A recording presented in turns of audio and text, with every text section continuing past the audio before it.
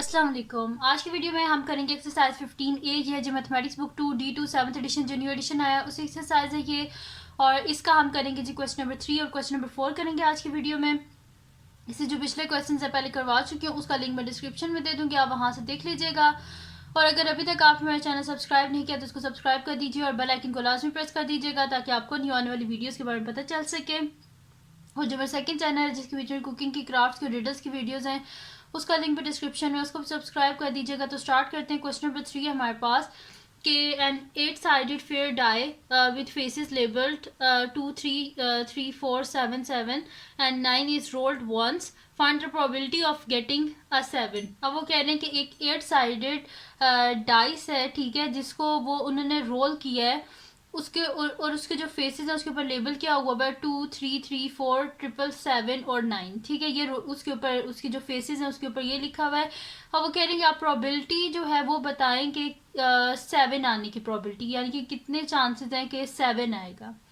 तो टोटल तो यहाँ पे हम काउंट कर लेते हैं कि सबसे पहले कि टोटल पॉसिबल आउटकम्स कितनी है यहाँ पे, ठीक है। तो इनको काउंट कर लेते हैं 1 2 3 4 5 6 7 8, टोटल 8 हमारे पास जो है ना उसके फेसेस हैं। अब हमने प्रोबेबिलिटी निकालनी है कि 7 आने के चांसेस कितने, प्रोबेबिलिटी कितनी है उसकी, तो वो हम फाइंड आउट कर लेते हैं। सबसे पहले तो मैं यहाँ पे देखती हूँ total number of possible outcomes कितनी है। तो यहाँ पे सोल्यूशन, तो सबसे पहले जो टोटल आउटकम्स देखते हैं ना वो कितनी है, तो यहाँ पे मैं लिखती हूँ सोल्यूशन और सबसे पहले लिख देते हैं total number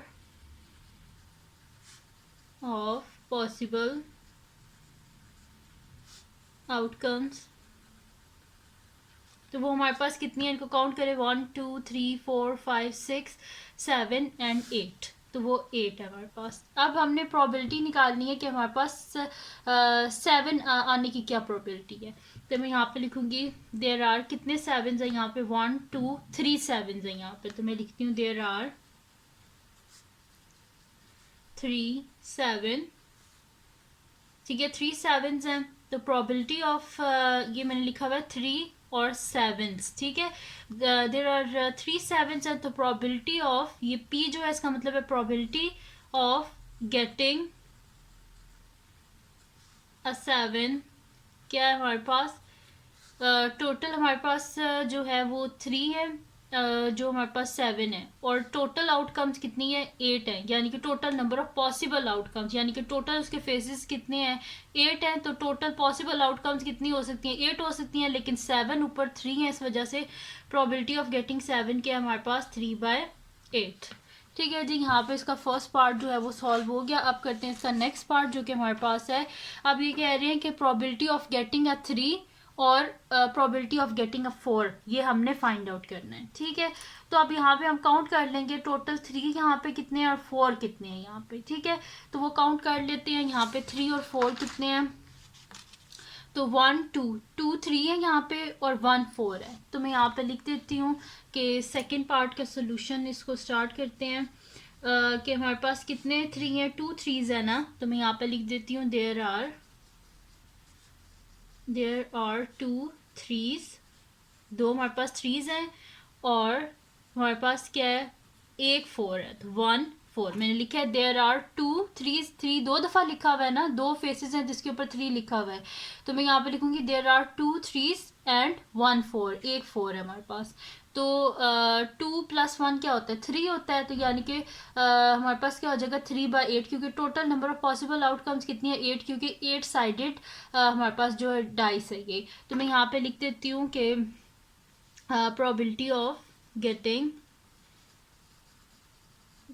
probability of getting a 3 or 4 is equals to 3/8। 2 3s है 1 4 है, तो 2 + 1 3, और टोटल पॉसिबल आउटकम्स कितनी होती है यहाँ पे 8, क्योंकि वो 8 फेसेस डाइस है, इस वजह से 8 ही हो सकते हैं, ठीक है। ये हो गया इसका सेकंड पार्ट भी कंप्लीट। आप करते हैं इसका नेक्स्ट पार्ट जो कि हमारे पास है जी इसका थर्ड पार्ट। तो थर्ड पार्ट है हमारे पास कि यहाँ पे ये हमें कह रहे हैं कि थर्ड पार्ट में कि अ नंबर लेस देन 10, अब नंबर लेस देन 10, तो क्वेश्चन में देख लेते हैं कि कोई नंबर है जो 10 से बड़ा है यहाँ पे। तो ये देखिए 2 है, ये भी 10 से छोटा, ये भी 10 से छोटा, ये सारे 10 से छोटे ही हैं, यानी कि जो 8 फेसेस है हमारे पास डाइस के वो सारे 10 से छोटे हैं। ठीक है, तो यहाँ पे लिखूंगी there are 8 numbers less than 10, और वो कौन से हैं, ये सारे ही 10 से छोटे हैं। तो मैं यहाँ पे लिखती हूँ सोल्यूशन और लिख देती हूँ कि there are 8 numbers less than 10। वो कौन से हैं हमारे पास, 2 3 3 4 7 7 7 एंड 9, ये सारे ही 10 से छोटे हैं, यानी कि ये कितने हैं, 1 2 3 4 5 6 7 8 ही हैं। ठीक है, और टोटल पॉसिबल आउटकम्स कितनी है, वो भी 8 ही हैं। तो फिर यहाँ पे लिख देते हैं probability of getting a number less than 10 is equals to क्या आ जाएगा हमारे पास, टोटल नंबर कितने हैं जो 10 से छोटे हैं, वो 8 है। 8 divided by total possible outcomes कितनी है, 8 ही है, यानी कि 8/8 ही आएगा हमारे पास। ठीक है, तो यहाँ पे अब देख लेते हैं इसका नेक्स्ट पार्ट हमारे पास। यहाँ पे लिखा हुआ है नेक्स्ट जो इनका पार्ट है उसमें लिखा हुआ है कि a number which is not 2।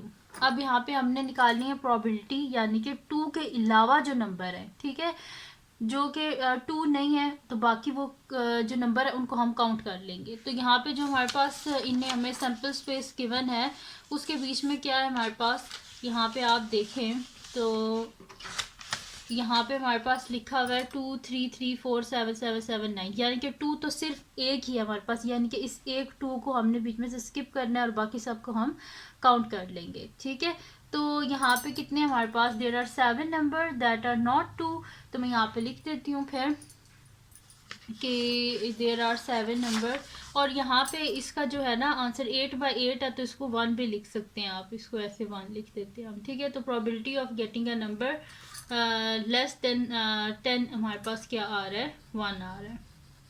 मैं लिख देती हूँ probability of getting a number less than 10। ठीक है, तो इसकी प्रोबेबिलिटी क्या हमारे पास 1 है। अच्छा, अब उसके बाद 7 नंबर्स हैं जो कि हमारे पास 2 के अलावा है। तो मैं यहाँ पे लिखूँगी देयर आर सोल्यूशन, तो यहाँ पे लिख देते हैं there are 7 numbers that are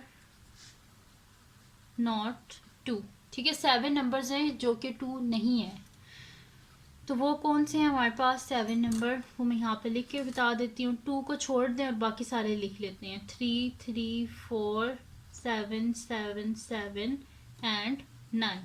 ठीक है, तो इनको बेशक काउंट भी कर लें, 7 या 1 2 3 4 5 6 7। ठीक है, तो मैं यहाँ पे लिखती हूँ probability of getting a number,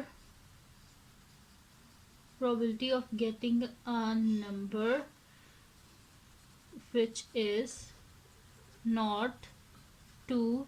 तो वो हमारे पास क्या है 7, यानी कि हमारे पास क्या है प्रोबेबिलिटी के टोटल कितने नंबर है जो कि 2 नहीं है, 7 है, divided by total number of outcomes, तो वो कितनी है हमारे पास 8 है। ठीक है, तो इसका आंसर क्या आ गया हमारे पास 7/8। तो यहाँ पे इसका सॉल्व हो गया जी, हमारे पास सारे पार्ट्स इसके सॉल्व हो गए हैं क्वेश्चन नंबर 3 के। अब चलते हैं इसके नेक्स्ट क्वेश्चन की। तो अब नेक्स्ट क्वेश्चन जो है वो हमारे पास है क्वेश्चन नंबर 4। तो क्वेश्चन नंबर 4 हमारे पास है कि a card is drawn at random from a box containing some cards numbered 10 11 12 so on to 22, find the probability of drawing an even number. अब वो कह रही है कि हमारे पास एक बॉक्स है जिसके बीच में कार्ड्स हैं और कार्ड्स के ऊपर लिखा हुआ है 10 से लेकर 22 तक, उसके ऊपर नंबर्स लिखे हुए हैं।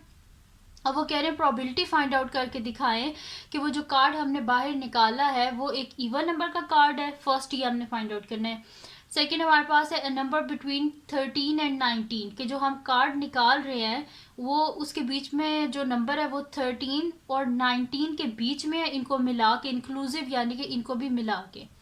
थर्ड है हमारे पास कि अ prime number that is less than 18, यानी कि जो हम कार्ड निकाल रहे हैं उसके ऊपर एक प्राइम नंबर है जो कि 18 से छोटा है। उसके बाद फोर्थ वन है हमारे पास कि अ नंबर ग्रेटर देन 22, जो नंबर है वो 22 से बड़ा हो। ये कितनी प्रोबेबिलिटी है कि जो हम कार्ड निकाल रहे हैं वो उसके ऊपर जो नंबर है वो 22 से बड़ा होगा। फिफ्थ और लास्ट वन है इसका, a number that is divisible by 4, कितनी प्रोबेबिलिटी है कि जो हम कार्ड निकाल रहे हैं उसके ऊपर वही नंबर होगा कि जो 4 से डिविजिबल है। तो स्टार्ट करते हैं इसका सोल्यूशन। सबसे पहले इसका फर्स्ट पार्ट करते हैं, यहाँ पे लिख देती हूँ सोल्यूशन। और सबसे पहले तो हम यहाँ पे लिख देते हैं ना कि टोटल हमारे पास पॉसिबल आउटकम्स कितनी है, यानी कि 22 से लेके 10 से लेके 22 तक टोटल कितने नंबर्स हैं, ये तो पहले फाइंड आउट कर लेना।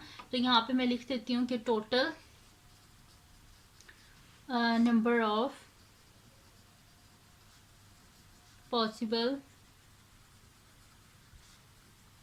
आउटकम्स इज इक्वल्स टू, हमारे पास कितने नंबर्स हैं इनको फाइंड आउट करने का आसान तरीका है, ये 10 से स्टार्ट हो रहे हैं ना, तो हम क्या करेंगे 22 में से 10 से पिछले नंबर क्या है 9 है, तो 22 में से 9 को माइनस कर दें तो टोटल ये नंबर आ जाएंगे कि 10 से 22 तक कितने नंबर्स हैं। वैसे अगर आप काउंट भी करें तो भी आपको पता चल जाएगा, 10 से लेकर 22 तक अगर आप काउंट करें तो आपके पास ये 13 ही होंगे। और अगर इस तरह फाइंड आउट करना चाहते हैं तो ऐसे कर लेंगे 22 माइनस 10 से जो पिछला नंबर, क्योंकि 10 तो इसके बीच में इंक्लूडेड है ना, तो 10 से पिछला नंबर, तो 10 से पीछे क्या आता है 9 आता है, तो 22 माइनस 9 हमारे पास क्या हो जाएगा 13। तो टोटल पॉसिबल आउटकम्स कितनी है हमारे पास 13 है। ठीक है, अब इसका जो फर्स्ट पार्ट है वो स्टार्ट करते हैं। फर्स्ट है जी हमारे पास कि एक इवन नंबर होना चाहिए। ठीक है, मैं खाली लिख देती हूँ इवन नंबर। तो यहाँ पे टोटल हमारे पास इवन नंबर कितने हैं उनको हम काउंट कर लेते हैं। ठीक है, तो यहाँ पे कितने हैं इवन नंबर।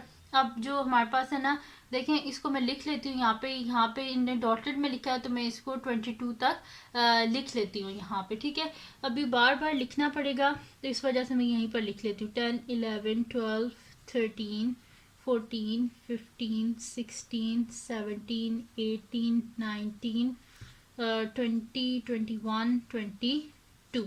ठीक है, अब इसमें से कितने हमारे पास इवन नंबर हैं तो यहाँ से देख लेते हैं इवन नंबर कितने हैं। 1 2 3 4 5 6 7 इवन नंबर्स हैं हमारे पास। ठीक है, तो मैं यहाँ पे लिख देती हूँ देयर आर 7 इवन नंबर्स।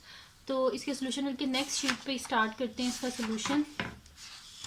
तो मैं यहाँ पे लिख देती हूँ सोल्यूशन में कि सोल्यूशन, और इसमें लिख लेते हैं देयर आर 7 इवन नंबर्स। ठीक है, 7 हमारे पास क्या है इवन नंबर्स हैं, और उनको बेशक आप चाहें तो दोबारा यहाँ पे लिख दें, मैंने तो वैसे ऊपर लिख दिए थे लेकिन आपको बता देती हूँ। एक तो 10 है, 12 है, फिर 14 है, 16 है, 18 है, 20 है और फिर 22 है। इनको काउंट करें तो 1 2 3 4 5 6 7 है। ठीक है जी, तो ये हमारे पास 7 जो है वो इवन नंबर्स हैं। तो यहाँ पे प्रोबेबिलिटी ऑफ हमने क्या फाइंड आउट करना है, probability of drawing an even number is equals to probability of drawing an even number is equals to, हमारे पास क्या प्रोबेबिलिटी है टोटल, हमारे पास कितनी आउटकम्स हैं 1 2 3 4 5 6 7 है, 7 है। और इसको हम डिवाइड कर देते हैं जो हमारे पास है total number of possible outcomes हैं उससे, तो वो कितनी थी हमारे पास 13 थी। तो 7 डिवाइडेड बाय 13 आ गई हमारे पास इसकी प्रोबेबिलिटी आ गई। अब करते हैं इसका जो सेकंड पार्ट है वो कर लेते हैं स्टार्ट। तो सेकंड पार्ट में वो कह रहे हैं हमें बताएं a number between 13 and 19 inclusive. तो मैं यहाँ पे लिख देती हूँ number between 13 and 19 inclusive. Inclusive यानी कि इनको इंक्लूड करके। तो इसका सोल्यूशन स्टार्ट करते हैं। तो यहाँ पे कितने हमारे पास नंबर्स हैं जो कि हमारे पास हैं 13 और 19 के बीच में। तो यहाँ से देख लेते हैं 13 और 19 के बीच में कितने नंबर हैं। तो 1 2 3 4 5 6 7 नंबर्स हैं। तो यहाँ पे लिख लेते हैं कि देयर आर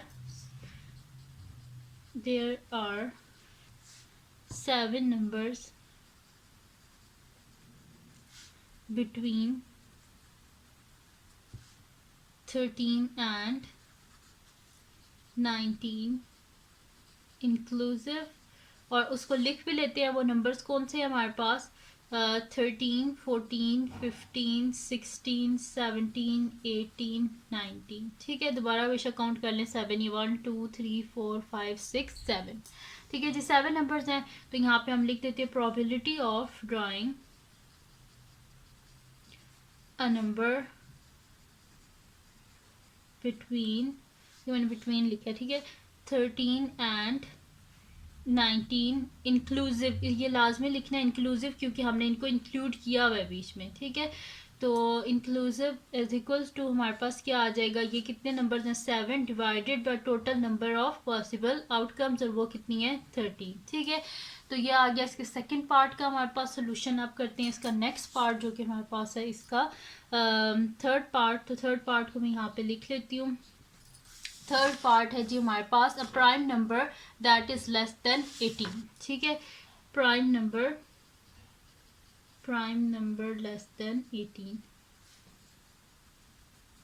ठीक है जी, ये हमने इसका थर्ड पार्ट करना है, prime number less than 18।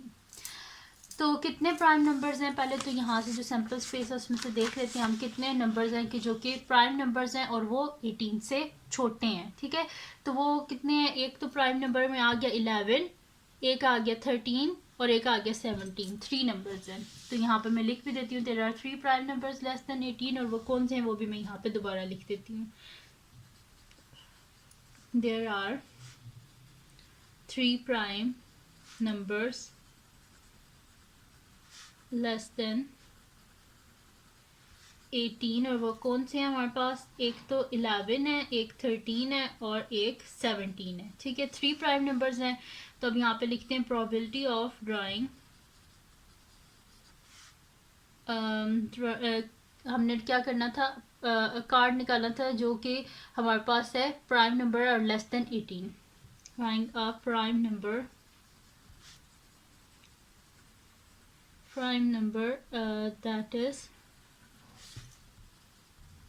that is less than 18। तो वो हमारे पास क्या है? कितने नंबर्स हैं जो कि 18 से छोटे हैं? 3 हैं। तो मैं लिख दूंगी 3 divided by total number of possible outcomes, और वो कितनी थी? 13। तो 3/13 आ गया हमारे पास। ठीक है, यहाँ पे हो गया इसका थर्ड पार्ट भी कंप्लीट। अब करते हैं इसका नेक्स्ट पार्ट जो कि हमारे पास फोर्थ पार्ट है। और फोर्थ पार्ट है हमारे पास के अ नंबर ग्रेटर देन 22। यहाँ पे लिख देते हैं अ नंबर ग्रेटर देन 22। ठीक है, एक नंबर जो कि 22 से बड़ा है। तो यहाँ पे जो सैम्पल स्पेस है उसमें वो है ही 10 से लेके 22 तक। 22 से बड़ा तो कोई भी नहीं है यहाँ पे, तो इस वजह से यहाँ पे कोई भी नंबर नहीं है 22 से जो कि बड़ा हो। तो मैं यहाँ पे लिखती हूँ there are no number greater than 22। ठीक है, कोई भी नंबर नहीं है कि जो 22 से बड़ा हो। तो probability of drawing a number